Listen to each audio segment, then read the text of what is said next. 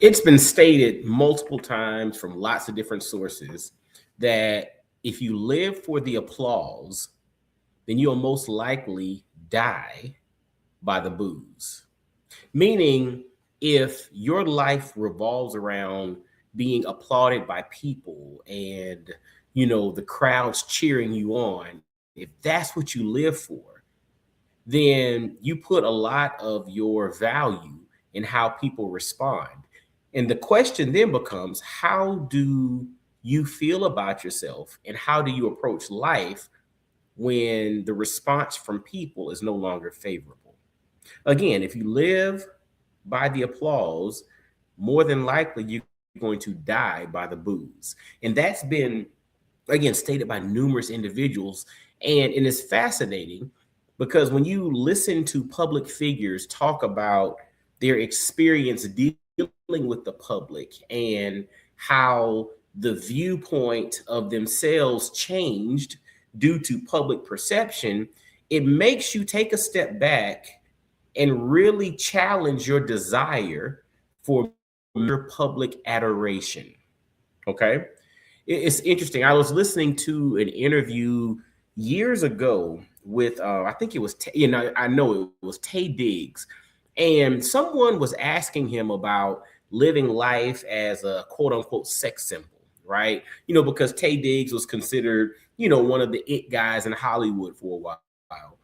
And he said, I have a very interesting perspective as it pertains to public perception. And he gave the story about, his breakout role. And his breakout role was in a movie called How Stella Got Her Groove Back, in which he was this young, he played this young Jamaican guy who ended up in a relationship with an older woman who was down in Jamaica looking to get her quote unquote groove back. And that movie catapulted him into, the zeitgeist of being one of the it guys in Hollywood.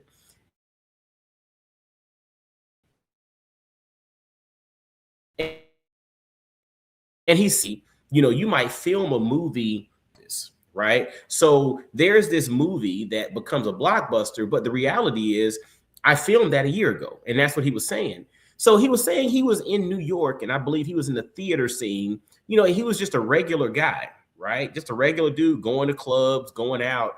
And there were a lot of people that did not give him any attention when he was just that regular guy. But that regular guy had already filmed How Stella Got Her Groove Back. It just had not hit the box office yet.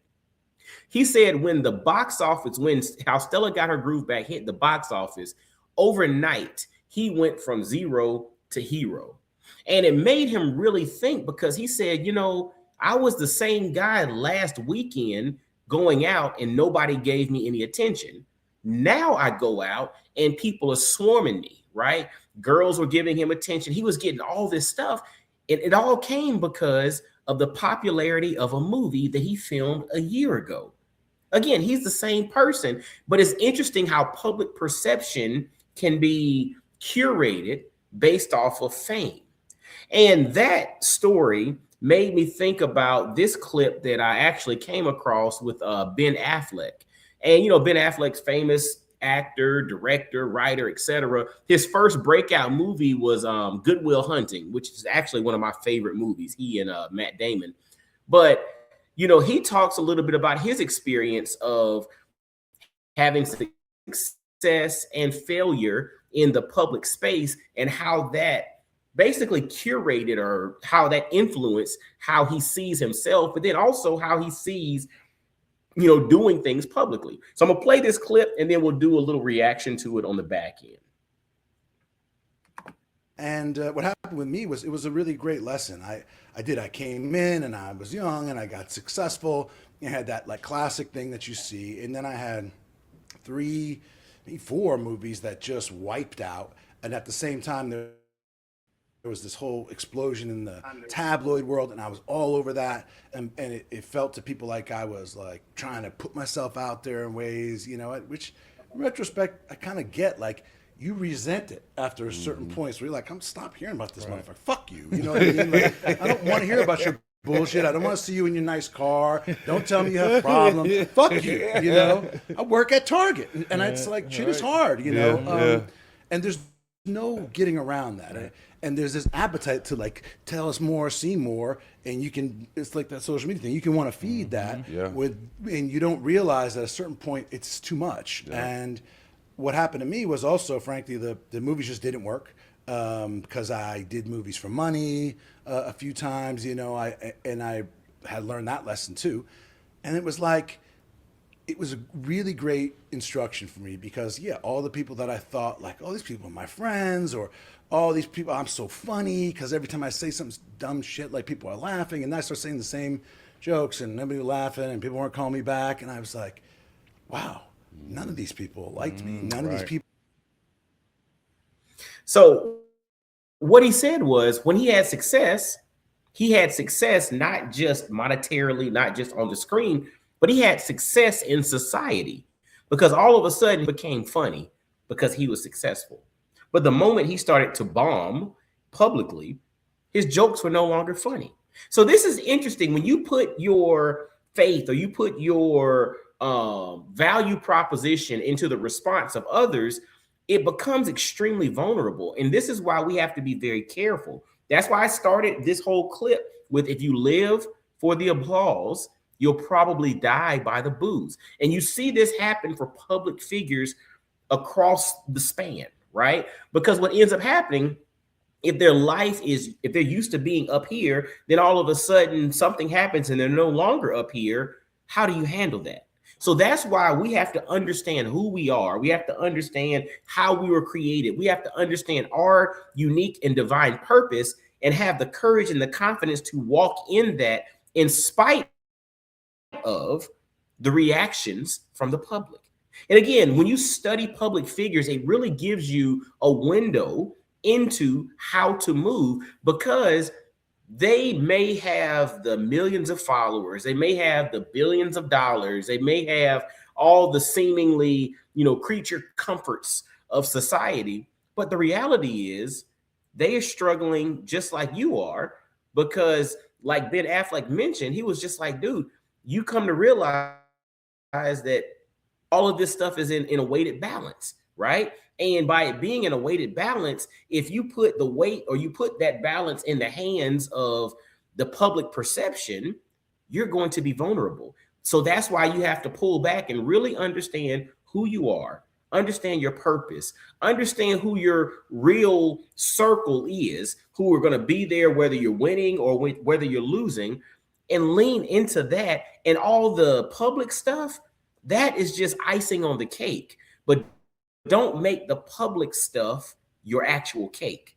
Does that make sense? Have the substance to be things that are really near and dear. Everything else, those are like accessories. Those are add-ons. Those are things that, cool, they're nice to haves, but they're not necessary. And that's the part that's pretty fascinating about this. So listening to Ben Affleck's story, listening to the little clip or the story that I told about the interview I heard years ago from Taye Diggs, and then also thinking through the lens of, if you live for the applause, then you'll probably die for the booze or die by the booze. Think through your personal journey and how are you putting value on what it is you do? Is your value solely based off of how people respond? Or is your value solely connected to the impact that you're having, the feeling of you being aligned with your purpose, the knowing that peace that's inside of you with regard to how you're operating? Where do you place your value? And I'd love for you to drop it in the comments because I think that could be instructive for a lot of people as they move forward through life. Where do you place your value? Where do you place, what you're doing? How do you measure the impact of what you're doing? Is it based off of public sentiment or perspective, or is it based off of some other metric? Whatever it is, drop it in the comments. I'd love to get your feedback. And because again, this is all about helping you to become the quarterback of your mindset. And when you think about your mindset, there are 5 components to your mindset: your beliefs, your experiences, your relationships, your perceptions, and your perspectives. So, meaning how you see things, but then also how you interpret things, how you think about things. Those are the 5 components to your mindset. And I'm here to help, inspire, encourage, and empower you to be the quarterback of your mindset, because that's the operating system, which is really conducting how you move. And how we move matters. All right. Well, hey, as always, y'all subscribe, share this thing out. But most importantly, y'all be blessed, well, and wise. And until next time, I'll holler at you. Peace.